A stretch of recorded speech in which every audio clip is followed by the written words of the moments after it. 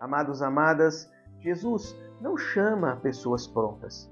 Ele chama pessoas concretas, transforma suas vidas e lhes confia uma missão. Meus irmãos e minhas irmãs, o Evangelho de hoje apresenta um momento decisivo. Jesus chama os 12, concede-lhes autoridade e os envia para anunciar que o reino dos céus está próximo. Amados, amadas, o texto faz questão de apresentar cada discípulo pelo nome. Pedro e André, Tiago e João, Filipe e Bartolomeu, Tomé, Mateus, Tiago, Tadeu, Simão e Judas. Não é apenas uma lista. São homens concretos, com histórias, temperamentos e fragilidades diferentes.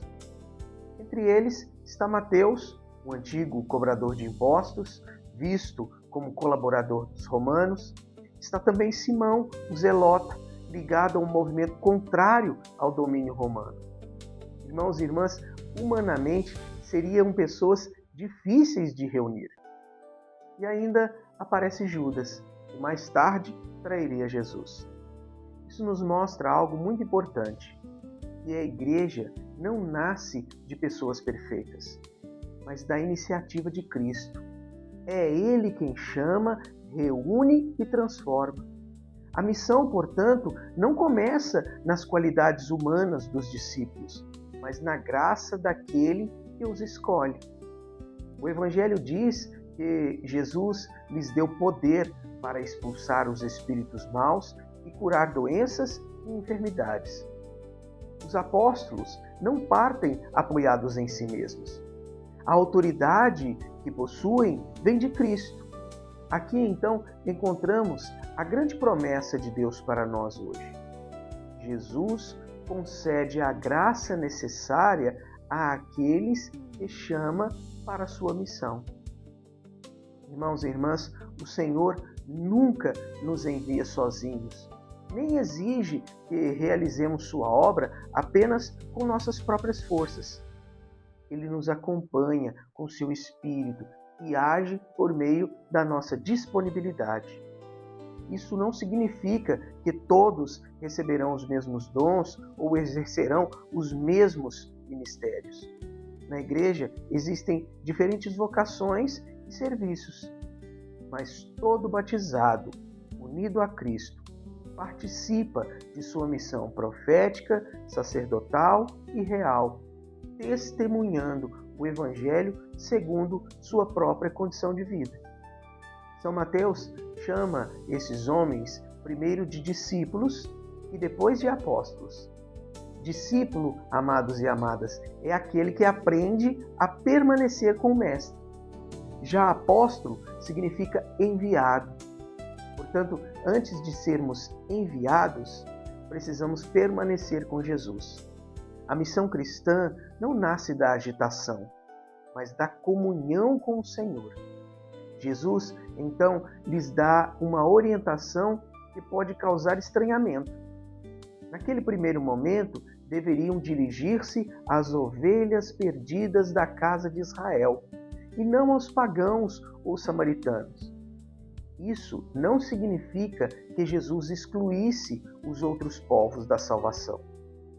O próprio Evangelho de Mateus termina com a ordem de fazer discípulos entre todas as nações.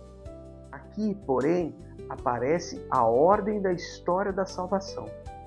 A promessa é anunciada primeiro a Israel e depois, por meio de Cristo e da Igreja, alcançará todos os povos. Meus irmãos e minhas irmãs, o Evangelho também apresenta uma ordem clara.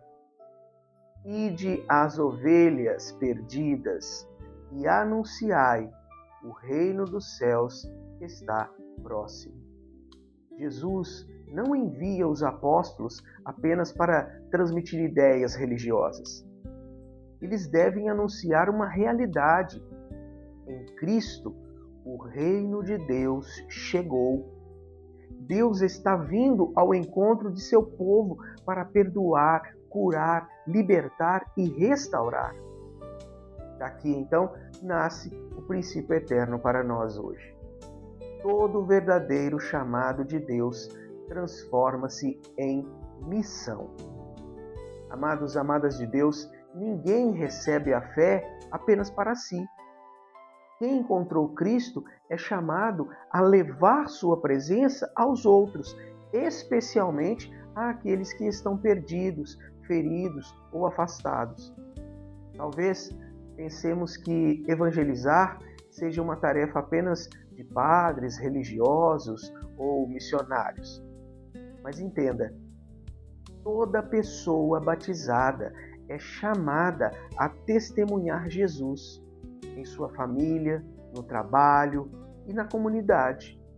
Nem todos anunciarão do mesmo modo, mas ninguém está dispensado de viver e transmitir o Evangelho. Essa, portanto, é a grande mensagem querigmática dessa palavra. Jesus continua chamando pessoas pelo nome. Ele conhece nossas limitações, nosso passado e até nossas fraquezas.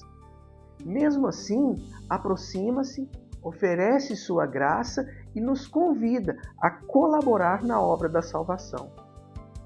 Cristo morreu e ressuscitou para nos libertar do pecado e fazer de nós uma nova criação.